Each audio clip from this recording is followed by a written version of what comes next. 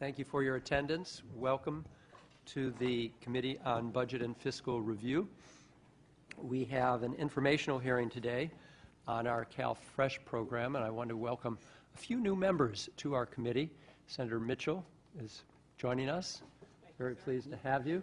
And to succeed Senator Emerson is Senator Mimi Walters. And in Senator Emerson's seat as vice chair of the committee will be Senator Nielsen, who unfortunately is dealing with some health issues today, and we are blessed with the presence of Leader Huff to replace our vice chair. What an honor. Thank you, Mark. So we're going to begin. Senator Huff has a few comments, and I'm going to make a few, and then we shall begin. But first, we're going to call the roll. Leno? Here. Anderson? Bell? Berryhill? Block? Desaulnier? Here. Hancock? Jackson? Monning? Here. Nielsen? Roth? Here. Torres? Wright? Weiland?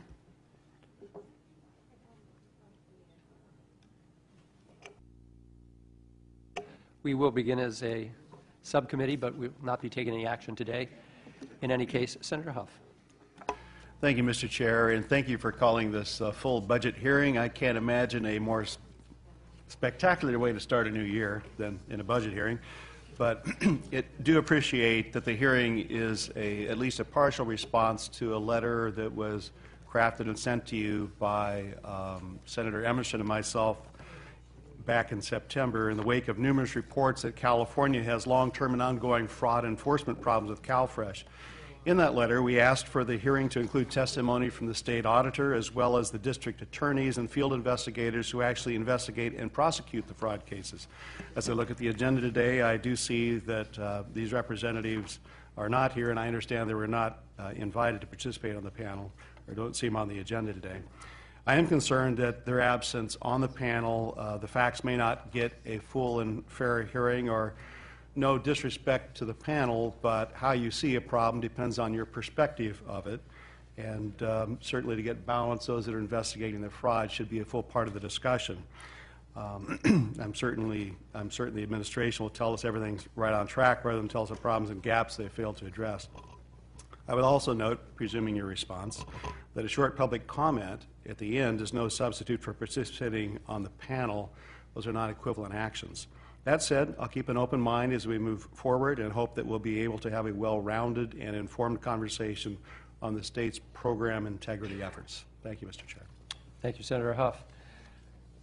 I very much appreciate and thank both Senator Huff and Senator Emerson for suggesting that we do hold the hearing, and I think as we move through the agenda, I hope that Senator Huff and everyone else will see that we are addressing the concerns that were mentioned in the letter, but beyond that, I think it's on an auspicious day, if coincidental at that it was 50 years ago today, on January 8th, 1964, that the newly installed President Lyndon Johnson, succeeding President Kennedy, after the assassination, gave his first State of the Union address. And in it, he said, with regard to the war on poverty, which was a new issue that he was addressing as the new president, "We shall not rest until the war is won. The richest nation on earth can afford to win it. We cannot afford to lose it." Poverty was a very personal issue for President Johnson, in that his father, who had been a state legislator and successful businessman, had some serious reverses, and the family fell into poverty, and he lived in poverty himself for many years. And he suffered the humiliation of it, he suffered the pain and the cruelty of it, and it was a very sensitive and personal issue for him. He said that in his inaugural address, State of the Union address, that poverty may lie in a lack of education and training, in a lack of medical care and housing, in a lack of decent communities in which to live. Too many people are living on the outskirts of hope, some because of their poverty, some because of their color, and all too many because of both. Our task is to help replace their despair with opportunity. This administration today, here and now, declares unconditional war on poverty in America. So here we are 50 years later.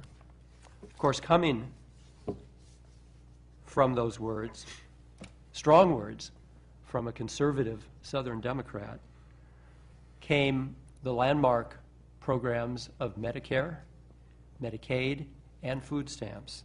And if our rates of poverty are slightly, if somewhat lower than they were 50 years ago, with these programs, they certainly would have risen dramatically, if not for them, as the disparity in income and wealth in this nation over these past 3 decades have themselves increased exponentially. In fact, according to the Public Policy Institute of California,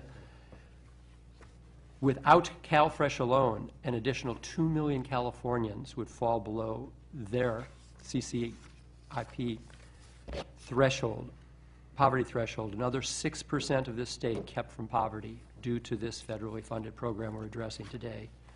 Almost half of CalFresh's beneficiaries are children. And according to the Stanford Center on Poverty and Inequality, early childhood poverty has potentially harmful, enduring effects on health, education, and even future earnings. So given the enormous benefits of CalFresh, I think the point, Senator Huff, we all have in common is that we have an obvious incentive to eliminate any abuse in the program and to lower error rates so that these precious federal dollars can be spent for the purposes they were intended. And just to quote the last paragraph in the letter that I sent back to you and Senator Emerson in September in response to your request for this hearing, I said that it's appropriate for the committee to inquire as to whether there is more than can be done efficiently and cost-effectively to protect the integrity of the CalFresh program without obstructing its purpose or creating unnecessary barriers to participation. So we'll be addressing both the benefits and the workings of the program in the first half of the agenda, and then get to the concerns of and how we are addressing program integrity. And so with that, we're going to ask the LAO, in the person of Ryan Woolsey, to please give us a overview of our CalFresh program.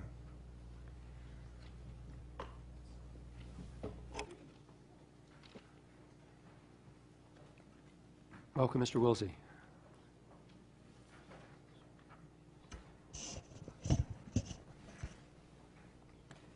Thank you, Mr. Chair. Good morning.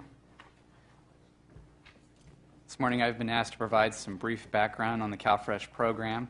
My name is Ryan Woolsey, for the record, from the Legislative Analyst's Office.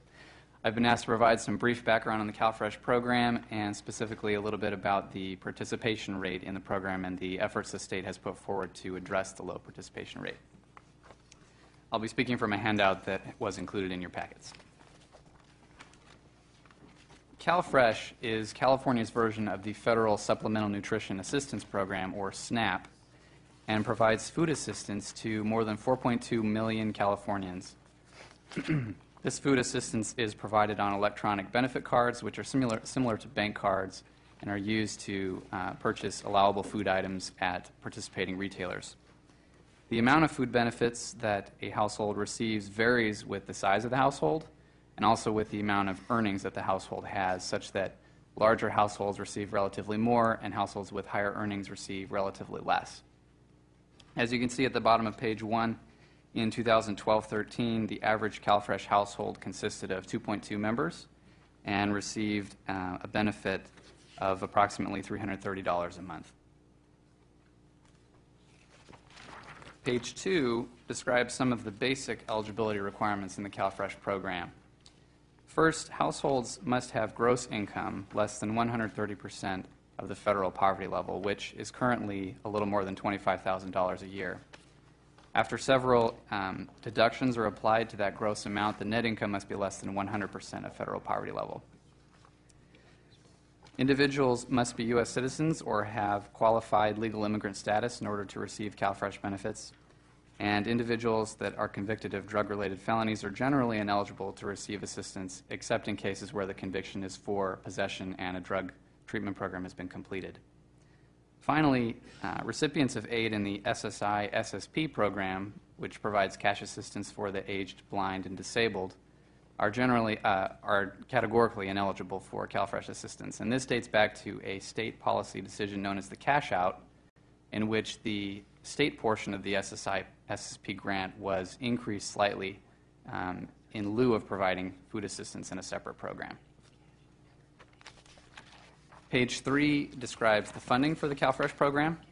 Food benefits are funded by the federal government, and total food benefits in 2012-13 were approximately $7.6 billion.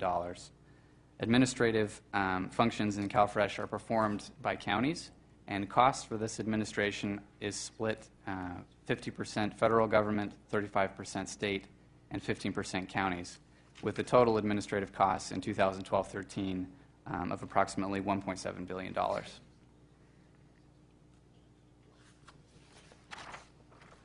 As shown on page 4, the CalFresh caseload experienced dramatic increases during the recent recession.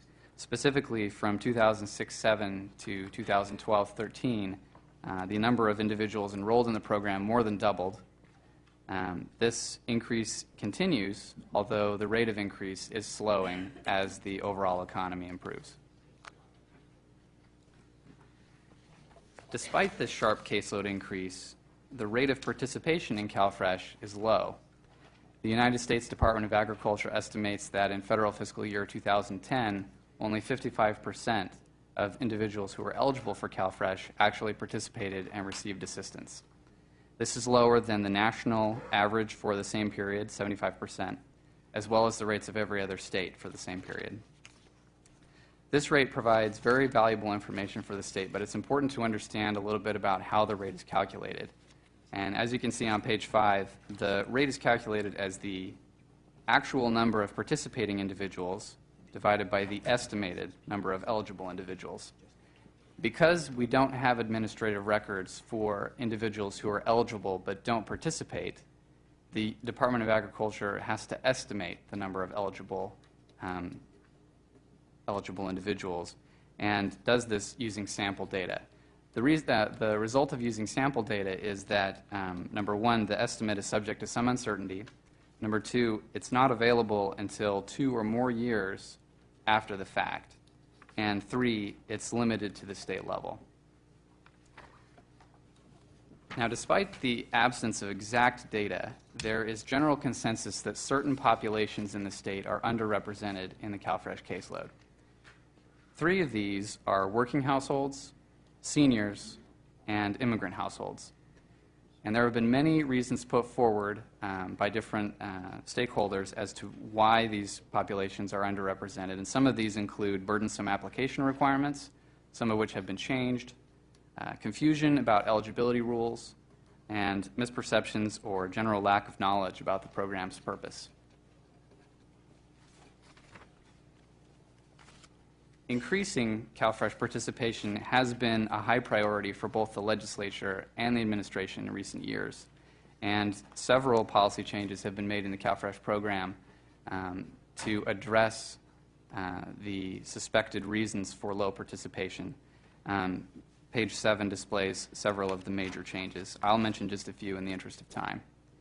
In 2009, counties were given the option of performing application interviews over the phone instead of requiring an in-person interview. That was made mandatory in 2012. In 2009, the state eliminated an asset limit, a limit on the amount of liquid assets a household could have and still qualify for CalFresh. That limit was eliminated for children. In 2011, it was eliminated for all cases. In 2010, the name of the program was changed from food stamps to CalFresh to emphasize the program's focus on nutrition. And in 2012, the state eliminated a requirement that all applicants have fingerprint images taken. In addition to these changes, the state has additional ongoing efforts to increase CalFresh participation. First, the state uses federal and private funds to contract with over 100 community-based organizations to do local outreach. The Department of Social Services is running an outreach pilot with several counties for seniors in congregate meal sites and through home meal delivery programs. Counties have also been involved with process modernization in recent years, both to deal with funding shortfalls, but also to make their processes more responsive to applicants. Part of that has included in some counties examining potentially burdensome processes and trying to improve those. Counties are also beginning to use available data to identify Medi-Cal recipients who appear to be eligible for CalFresh but are not receiving it.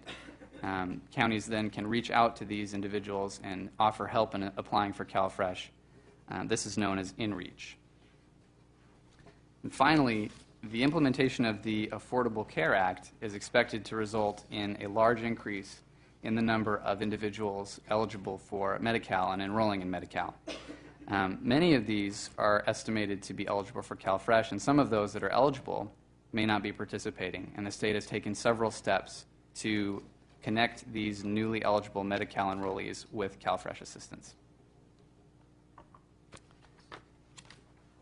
In conclusion, we'd like to note that it is possible that the CalFresh participation rate has increased since federal fiscal year 2010.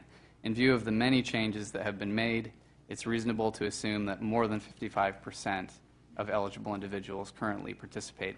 Unfortunately, with the delay in the official participation rate release, it's not possible to know the exact effect that all of these changes have had, and that will likely remain the case for some time. That concludes my comments, and I'd be happy to answer any questions that you have. Thank you, Mr. Wilsey. I'm sure we'll have a number of questions for you. One that comes to my mind right on the point on which you finished,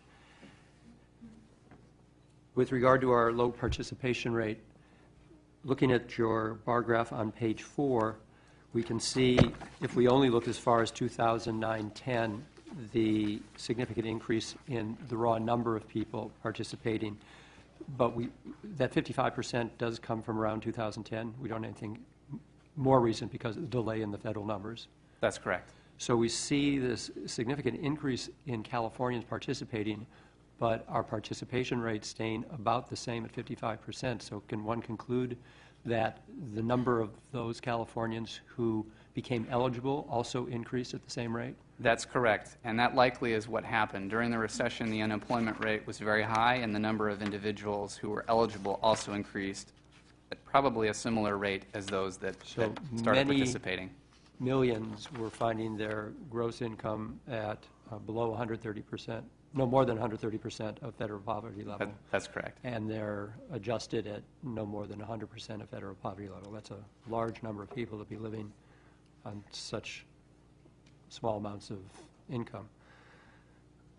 But that frames the nature of the severity of the recession about as clearly as can be said. I know we're going to hear from some presenters with regard to the amount of federal money we are leaving behind on the table because of our low participation rate. Do you have any of those numbers? I've seen as much as $4.9 billion we're leaving behind because we have a low participation rate. I don't have those numbers in front of me. It, of course, is true that under the 55% rate, there are many individuals who could be receiving that federal assistance who are not, and that assistance does enter into the California economy with beneficial results. I would note that, in general, the individuals who are eligible but not participating, on average, receive a lower benefit than those that do. Right. So it's not as if you could just take that 45%. Take the 45%. That's correct, but there is a substantial amount of federal assistance that could be drawn down. And with regard to a multiplier factor, that $1 invested in CalFresh generates so much economic activity in our local communities, it's about 2 to 1? The United States Department of Agriculture estimates a multiplier of about $1.7 of economic benefit. I've seen for every $5 we get $9. So it's approximately. I can't speak to the validity of that estimate, but that's the USDA estimate. Right. And then On a slightly side note, but since you brought it up on one of your slides, do you have an opinion with regard to that 1975 decision by the state to go with the cash out? Do you think it does serve us well or does not serve us well? The cash out is an extremely complicated policy, and there have been numerous studies performed to estimate what the effect would be if the cash out were to be reversed. Our office has not in the past commented on that.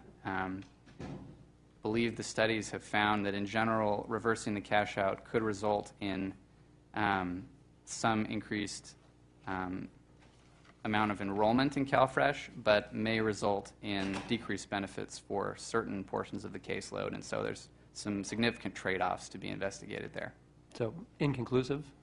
Yes. All right. Colleagues? Yes, Senator Torres and then Senator Huff. On page 6, where you identify likely underrepresented populations, you made no mention of college students, and I'm curious to know if you found any information as to how we can target, at the very minimum, this population that is applying for Cal grants or some type of college assistance, tuition assistance. In preparation for this hearing, we spoke with numerous stakeholders about their views on what the main populations are that are underrepresented, and students is one population that came up. I think in the larger scheme of things, it's a smaller population, but certainly there are things that could be done, and I think the scope of the efforts that have been undertaken thus far have not focused on students. I don't have any specific proposals of things that could be done in that respect at this time. Thank you. Thank you, Senator. Senator Huff. Thank you, Mr. Chair. You talked about on the 55% who are eligible are drawing down benefits, so there's, 45 not. At the national average is 75%. Does our state level include those receiving SSP? If you compare, I mean, is it an apples-to-apples comparison? That's a very good point that you raised. It is not directly comparable because the USDA calculation excludes all SSI SSP recipients. It has been suggested in the past that it would perhaps be beneficial to compare the rates with the SSI SSP population included. That would increase our rate by several percentage points. However, there are issues with that methodology, specifically that if we were to reverse the cash out, not all SSI SSP recipients would automatically be in CalFresh, although many likely would be. Okay. Thank you.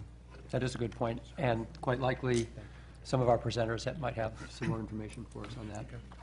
Any other questions? Yes, Senator Mitchell.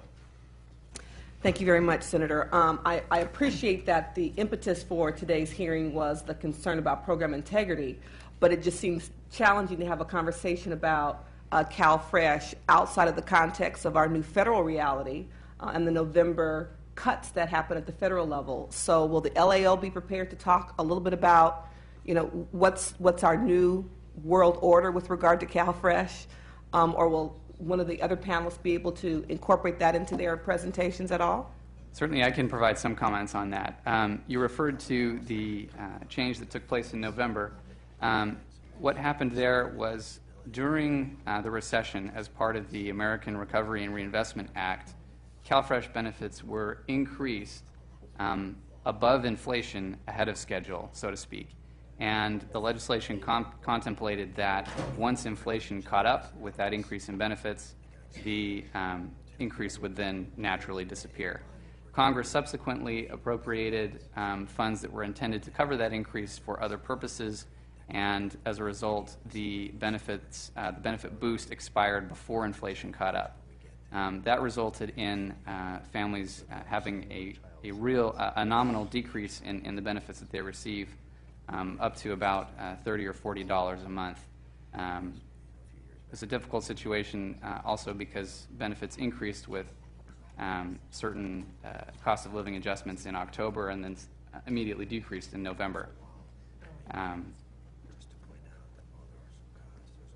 It's a very good point you raise, and of course, the Farm Bill, which still hangs in the balance, has the possibility, if it goes in one direction, of causing serious cuts to our program.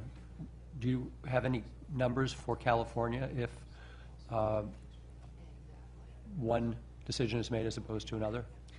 I don't, but with respect to the Farm Bill, the House and Senate versions differed, contain different proposals, and it's unclear which of those will make it into the ultimate Farm Bill. But some of the things that were discussed that would have the largest impact on California are, one, the elimination of what's known as broad-based categorical eligibility, which would, in effect, reintroduce the asset limit in California, and would also complicate the implementation of some recent changes, notably AB 191, which aligns Medi-Cal and CalFresh somewhat. That option would no longer be there.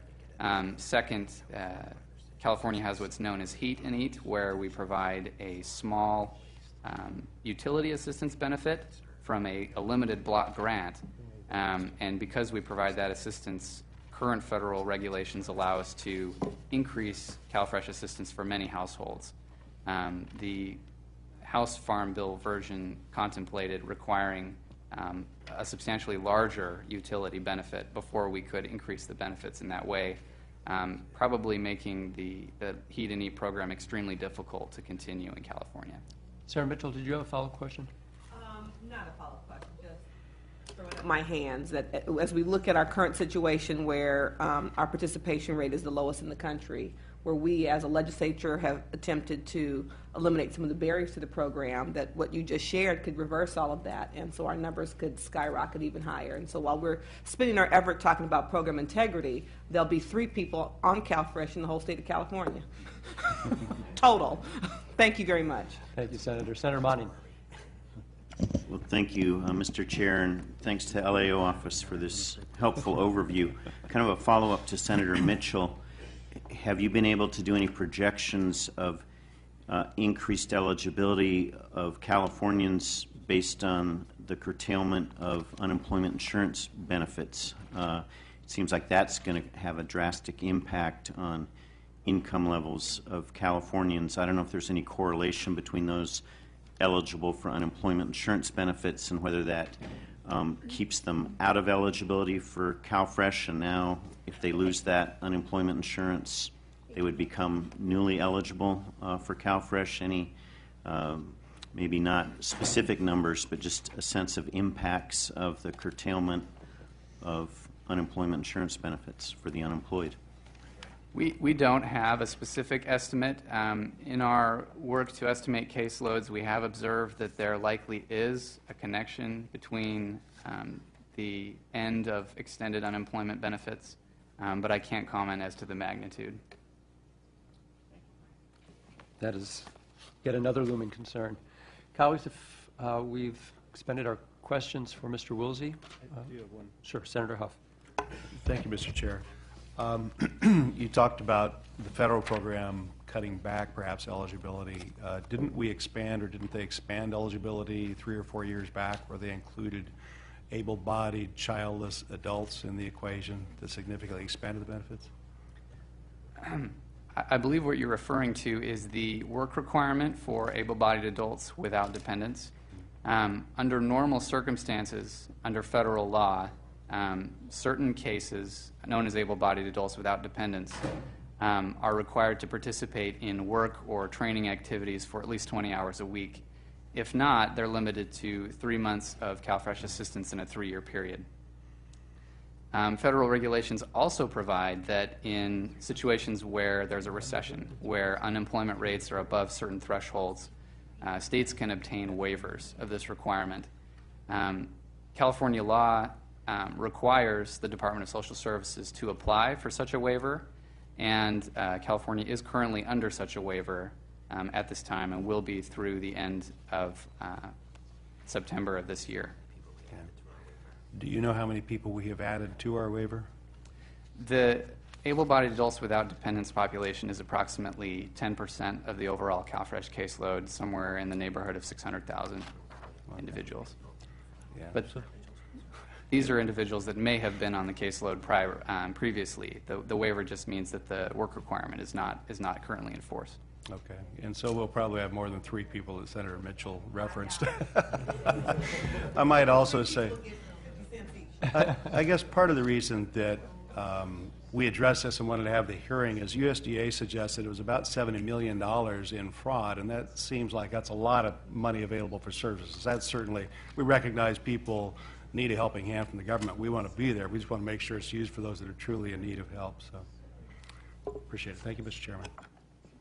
Thank you, Senator Huff. And that $70 million out of a $7 billion federal benefit, we want to get it as low as possible, certainly because those are additional dollars that could be used for mouths to be fed, but it does represent 1%.